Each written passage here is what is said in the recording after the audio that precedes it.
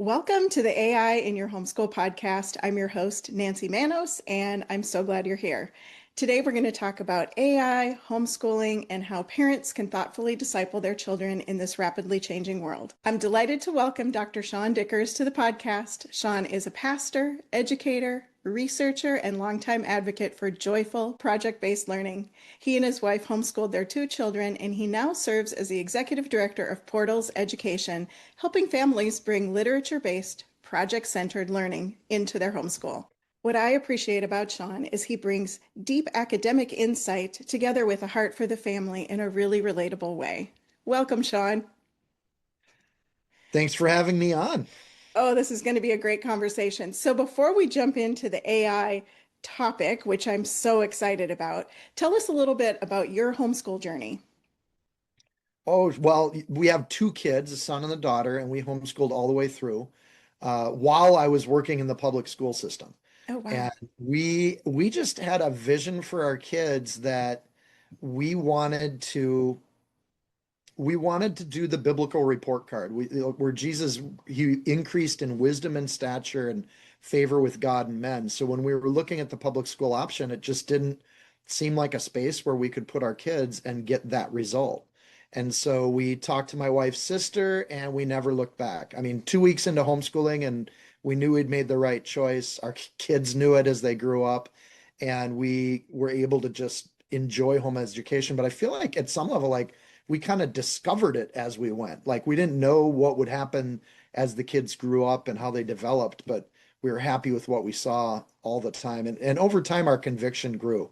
Like when you're working in the public system and then seeing the results of a homeschool system, uh, and amongst our friends, it wasn't just in our household, it was everyone we would go to park play day on Fridays with. We're getting the similar results where their kids were growing in wisdom and stature. And that was what we saw as consistent with the homeschool world, is that there is a value to it that goes well beyond the academics. So that was part of what shaped the new book, Play More, is just that idea of I wonder sometimes if in the homeschool movement we're getting more and more hooked on public school curriculum because those companies have a lot of money to come to our conferences and put on a big display, but they're really bringing you back to a system that is built for a mass education setting. So that's been something that's been a passion of mine, is that core of homeschool education remaining in that project-based apprenticeship, storytelling, family values, working as a team, and all of those things are central to learning and how we do it. Oh, that's so good. Our experience was much the same. And I love what you're talking about because what we're seeing is more and more families choosing to homeschool. And I think they come in fearful, Yeah, which there's nothing wrong with starting afraid. You gain confidence as you go, right? But you're right about the curriculum aspect. Curriculum is a tool that does great things for our families. It's a great asset in our education experience, but even, parents with children who are 3, 4, and 5 are freaking out about what curriculum to use and how many hours a day do I need to be sitting at the table. And what we yeah, need is that we need real life, hands-on things and relationship. So I right. love that you shared that, and I can't wait to read your book. Um, so let's start talking about AI because this topic is exciting. I think kind of the premise of this podcast is that I want parents to feel confident in helping their children navigate a world where AI is baked into everything. And it is both thrilling, exciting, the opportunities are amazing, but it's also terrifying.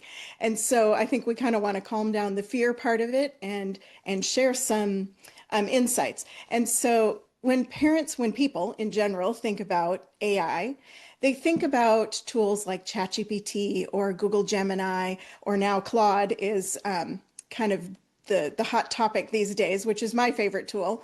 But what are some of the things that parents could be thinking about? It's more than just ChatGPT. Also, what is ChatGPT? So what would you say to somebody who's like, okay, I don't know anything about this. What is this all about? Yeah. It's we talk about it, it's a new technology, of course, but it's really the first massive shift in technology that doesn't have a device attached to it.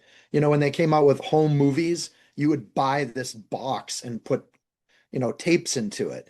With AI, there's no box. It's using all of the devices we currently have.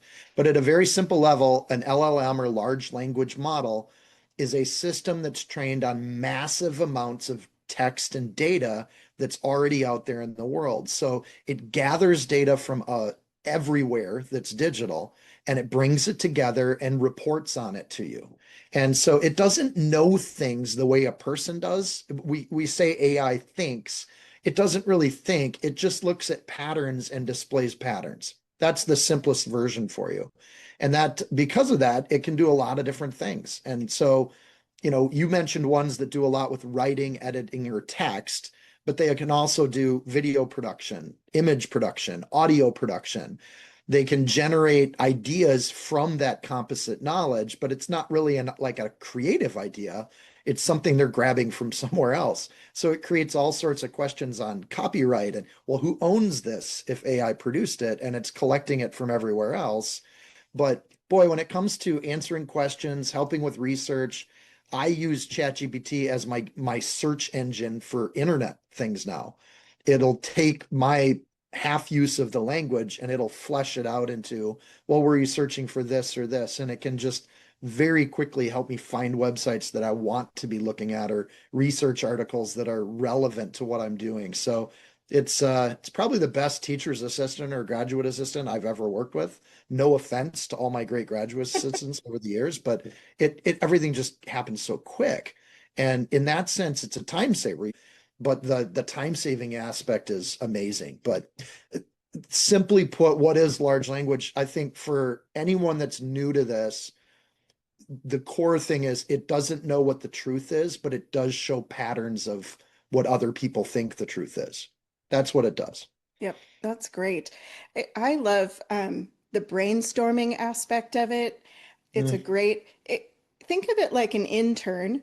If you were training an intern to work with you, you have to give it enough information and keep training it on your style, your voice, your approach, whatever you want it to produce for you. But it's really math. It's algorithms. It is predictive text, and yet it can do a lot. I think one of the scary aspects is that it sounds human, and it can even quote the Bible. And so we have to remember that it's not human, and it's not the Holy Spirit, and it's not led by the Holy Spirit. And so that's where discernment really comes in, as a parent and also as a teen that might start using it. And it's also very affirming. ChatGPT and Claude in particular.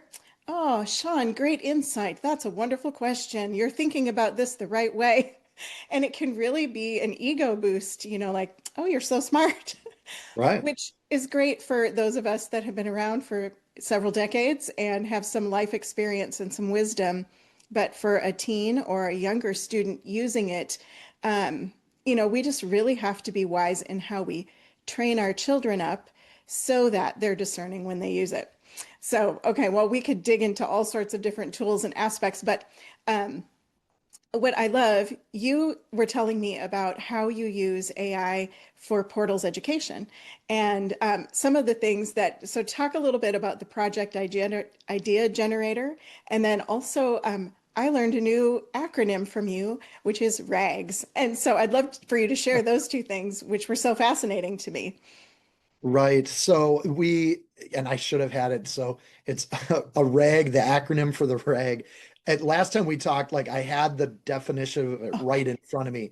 This time I don't. And so it's a retrieval system. okay. How does the large language model go out and do things? So at Portals, we wanted to cater to a Christ-centered curriculum, which means we have a Christ-centered audience or subscribers. So I there's a large segment of our population that wants nothing to do with AI.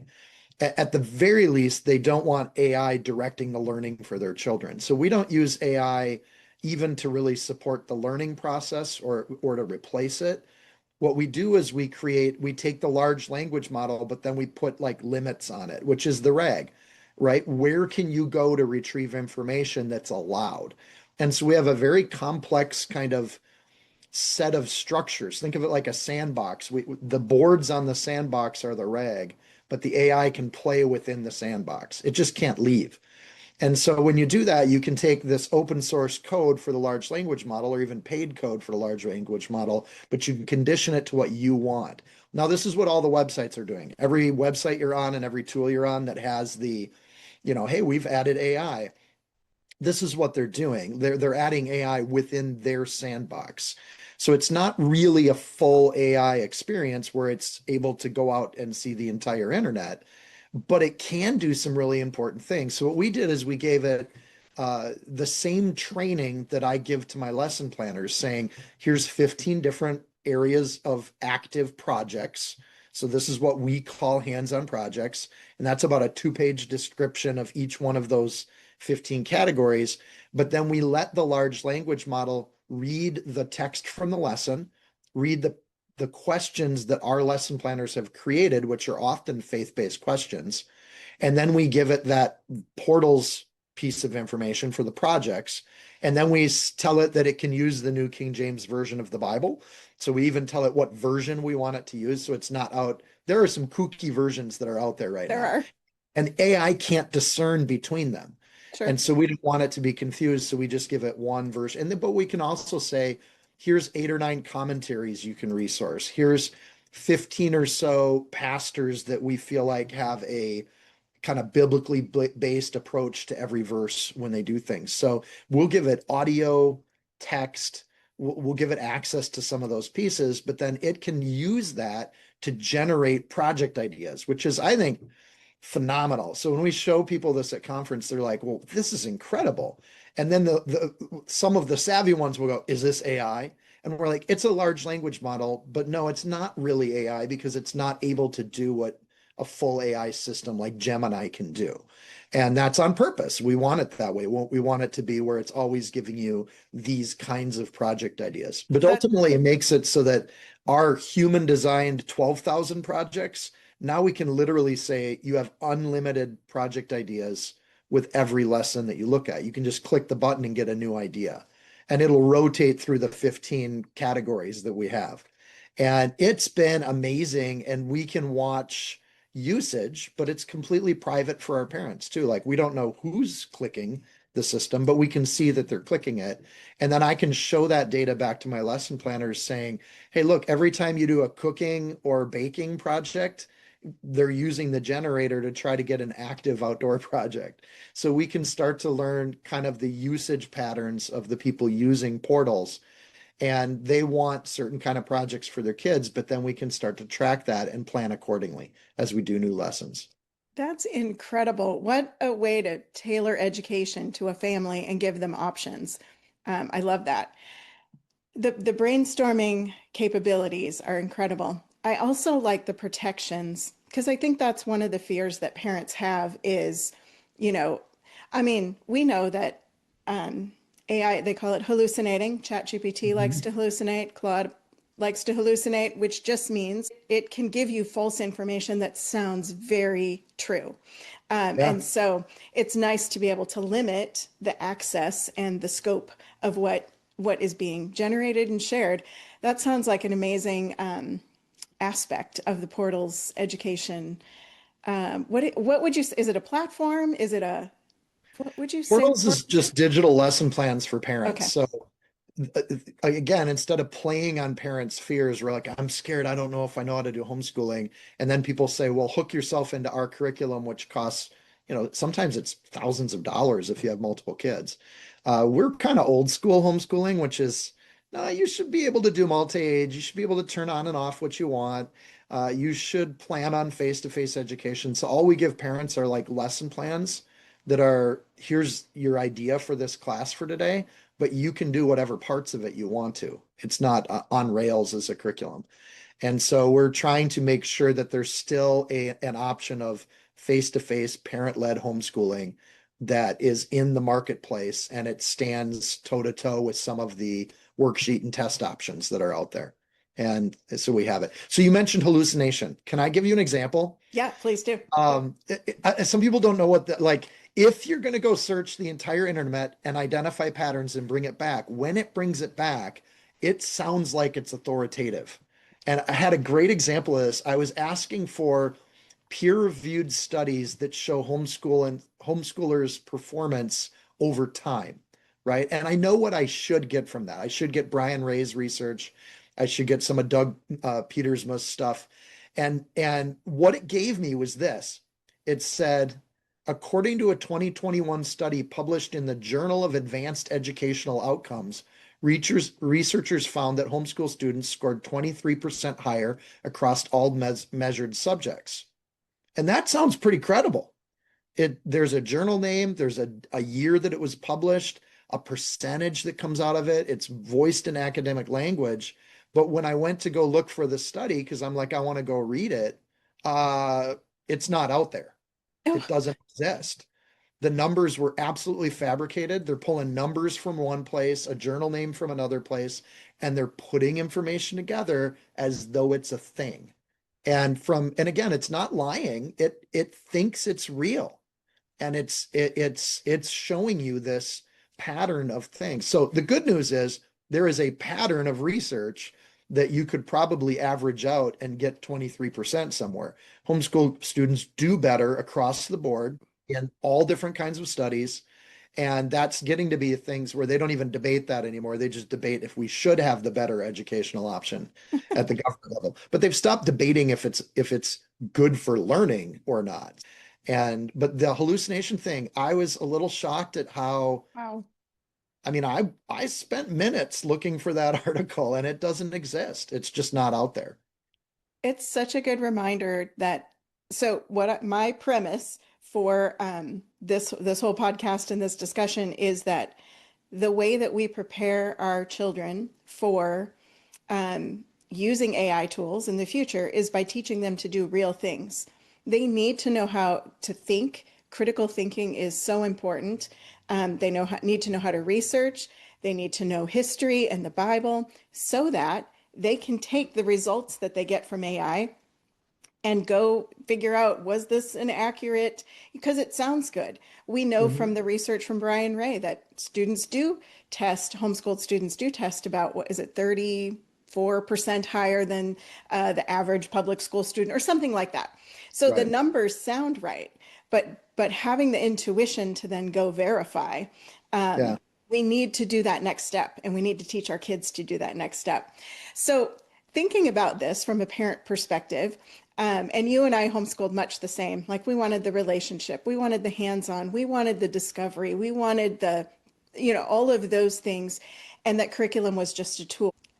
As we're talking to parents, especially homeschool parents, how might parents approach AI in their homeschool? You know, is there an age that is appropriate to start having their kids engage with it? What would you say about that? We run into a lot of parents, and it's not just AI, it's glowing screens. Like, Yeah. at what age do I want to introduce my child to a glowing screen? And it really comes back to, like, the goal of any educational process is formation of the young adult.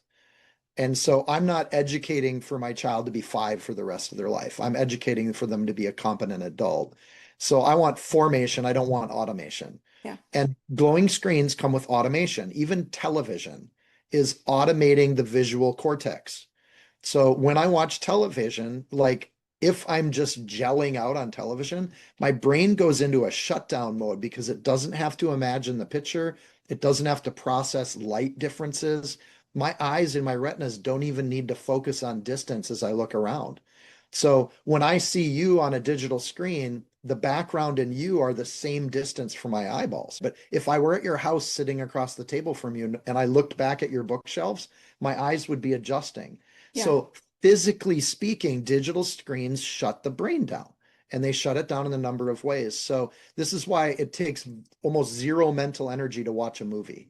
You're just Yeah. sitting back doing nothing. So that's a legitimate concern for parents. The more time your kid spends on a glowing screen of any kind, the less work the brain is doing at an age when it should be hyperactive, right? Brain cells are producing far greater, exponentially greater numbers as a child than as an adult. And this goes all the way to 23, 24 years old. The Yeah. brain cells are just absolutely reproducing, and you want them working as hard as you can. As with any exercise, you want your brain to be doing all that work. And again, it's the visual, it's the audio, it's facial recognition and looking at a digital character versus a human being. There's facial expressions computers can't match. And AI is built on that aggregation of human knowledge. AI is to thinking what movies are to visual and audio. It puts your brain to sleep. Yeah. And so, what's the advice for kids? Well, I think the first step is like turn to the word. The wisdom of this world is foolishness to God. You have to know that. You have to teach that to your kids. And until they can recognize the difference between worldly wisdom being thrown at them versus the wisdom of God, that discernment has to happen. Same thing with like with our kids, we put the TV in the closet when they were born and we didn't take it out till they were 10. And they weren't worse off for it. They didn't miss anything. I wanted to Right. make sure my kids knew what Star Wars was, at least the first three movies. Those are the ones I cared about. And but you know what? We can do all that later in life. And when our kids got to be teens and they wanted to watch, R-rated movies and PG-13, we would just tell them, you know what, you guys, all those movies will still be there when you're 21 or 25. And then they got to be 21 and they're like, I don't really want to watch R-rated movies. Like, what's the point? It's just a bunch of junk. And so when they're old enough to discern the difference between fantasy and reality is when they're old enough to read fantasy books. It's when they're old enough to understand that Tolkien is a metaphor. There aren't really orcs in the world, but there are sure people that act like them. And I want it, and I think the same thing's true with AI. I'm never going to introduce AI to my child until they're able to think, produce, revise, edit. They can have opinions about what good writing looks like and bad writing. And I'm just thinking of like ChatGPT and Claude and some of Yeah. those pieces. Until they can get that thin slice ability, I'm going to be very careful about putting them in front of AI. But as a parent, hey, I need an idea for the caterpillars we're studying today. Only I want something active because my kid needs to move while they're learning. Yeah. AI will kick you back an idea very quickly. And you'll be like, oh, cool idea. We can do caterpillar races in the backyard. And then we can practice the vocabulary as we do it. And AI will help you as a parent a lot, I think a lot more readily than it'll help your child as they grow up. Um, Yes. Knowledge versus wisdom. Right. Understanding AI hallucinations, right? Understanding when they're going to come up, what they look like, looking at discipleship, where is authority, what does it look like? The real issue isn't AI as a tool, it's where do they put their trust and is that implicit yet or not? And children are very trusting and they'll take things for granted when they hear it. I liked what you said because I think we had kids. I wanted them to learn how to do real work before I introduced the tool. I'm going to have my kids learn how to use a hammer properly well before I show them the nail gun. Yeah. And Yes. I need them to learn to write and think properly well before I show them AI. It just one has to precede the other. I need them to be able to do basic math before we let them cut loose on a calculator. And they'll use that calculator their whole life. But they should understand the mental constructs of math before we introduce those tools to them. I think that's just common sense in Yeah. education. So reading real books, playing and creating with real things, doing things with your hands, exploring, navigating, engaging with human beings, the ability to actually have a real conversation before you introduce social media is probably a good idea. Oh, absolutely.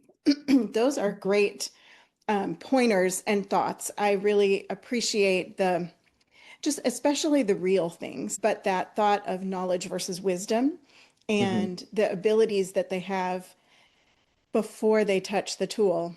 There are some skills to have in place. And so, your child parents, it's going to be a different age for each child, for each family.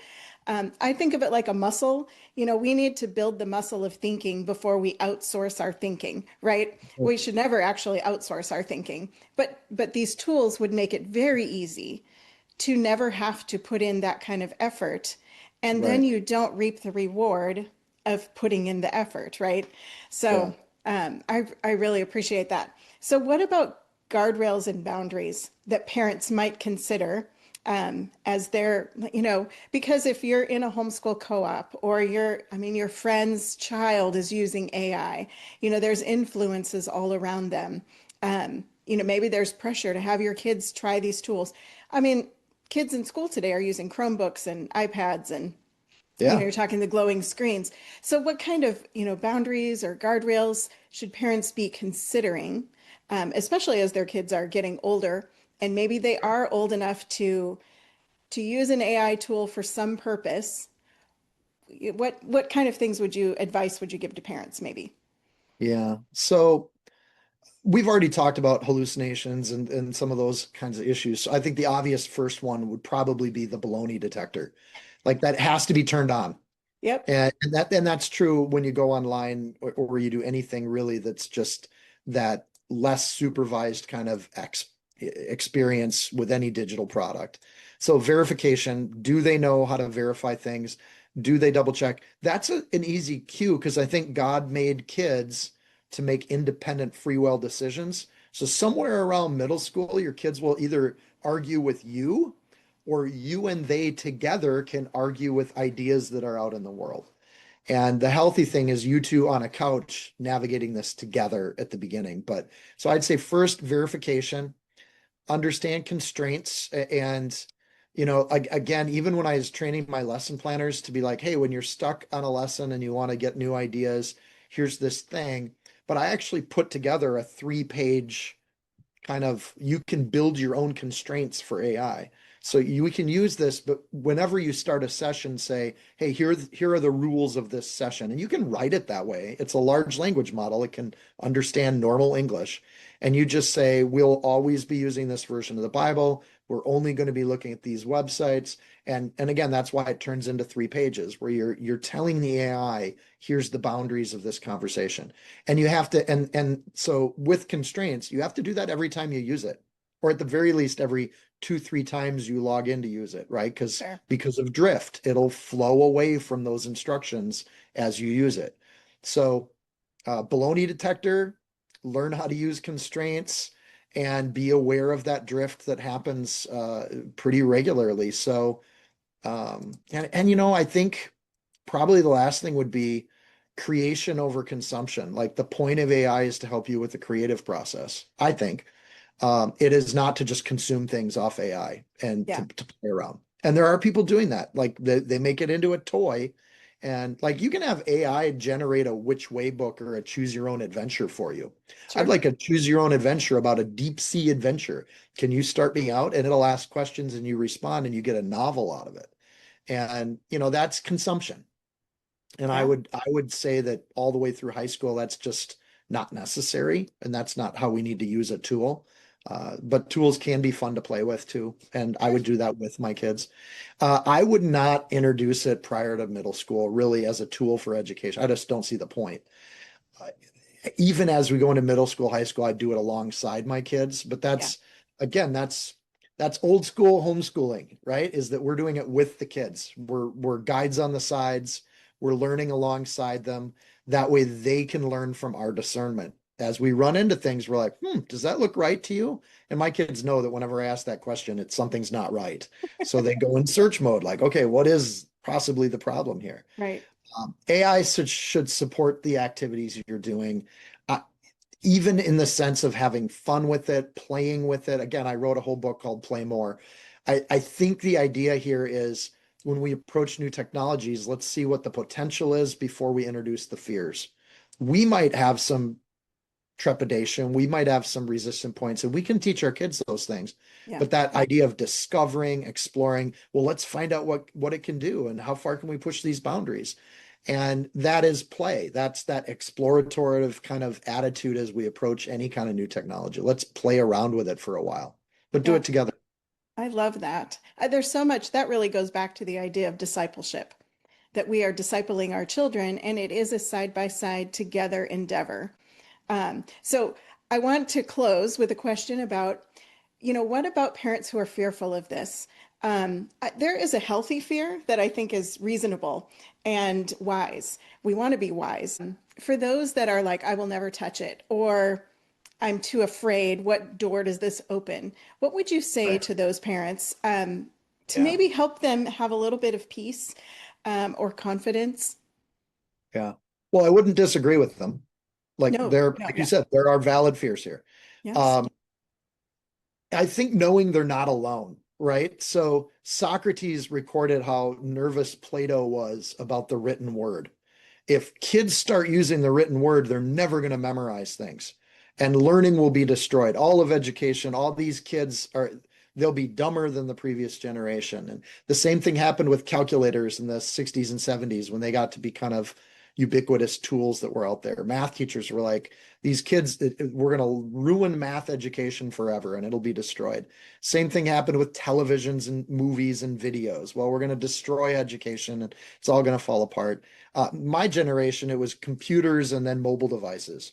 All Yeah. right, this is going to destroy kids' attention span. Learning has changed forever. Education will always be different. So you're not alone. New technology comes, those fears pop up. And here's the thing is, every one of those people were right, right? The written word did transform education forever. We've never gone back. And Yeah. computers and mobile devices and AI will change the learning of the educational process and the learning process forever. It's going to change how we interact because it's a tool. I'm not going to use my hand hammer when I'm framing a house. I will use my nail gun, thank you. And some tools are invented because they actually do make things easier and they save a ton of time. But the reality of, well, this is going to change education and our kids will not learn the way we learned, that's true. That's going to happen. The question is, some of those fears are justified, some of those fears are exaggerated. And like, to what degree are we using discernment? Do we have a balanced attitude about this? Are we being fearful just because we read some article somewhere? Or is this a legitimate biblical fear? Because the Bible doesn't give us the spirit of fear. That's not coming from God. Yeah. God's on his throne. Jesus is on his throne. None of this is a surprise to God. He saw all of this coming before we invented it. We think we're really smart as humanity, but he saw all of this. He prophesied about the end of days. I just think we're getting really close to Jesus coming back. So, used poorly, AI can make kids very passive in their learning. They're just going to AI it and it's done. As an educator, I'm just done giving essay assignments. We're going to do an oral assessment. Uh, Yeah.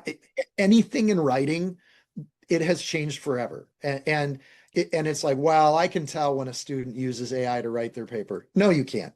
Or if you can today, you won't be able to in a month because AI is learning and Yeah. it's learning those edits and revisions and the things we flag and, oh, that's an AI thing. And kids are learning. They're going to learn how to take out the hyphens and they're going to learn how to get rid of, delve when there's certain key words and key things that AI does a lot of. And the kids will learn before we were, well, how to fool us in that area. Go to oral assessment. It's what they did back with Socrates and Plato. It works great. And you actually get a more robust understanding of if your child has learned that material or not when you just talk with them about it. But that means time. Like we have to take time with that.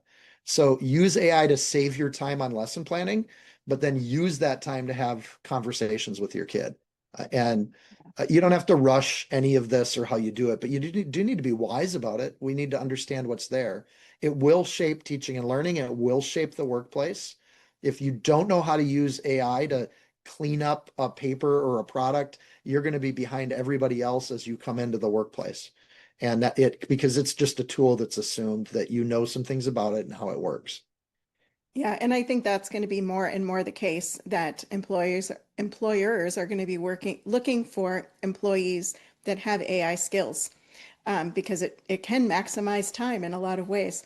I love what you said about that. Use the time you save using AI to spend that time with your kids. It's so funny because my girls were allergic to pens in their early in their early elementary years, and I found just naturally that instead of having them read a section and write answers, that doing that oral assessment, like if even if I just read the questions to them, it was more of a conversation and they got so much more out of what they read because we did it that way. And so there's a lot of, and of course I wasn't dealing, we didn't even have social media back then. So It's amazing how just real skills can help you in the relationship with your children.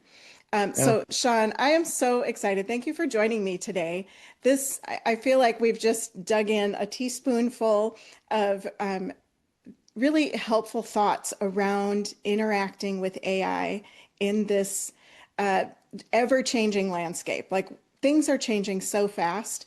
If you're trying to learn something about AI and you want to go find a YouTube video, if it's more than a month old, it's probably almost obsolete at this point, how quick it's changing, right? Right.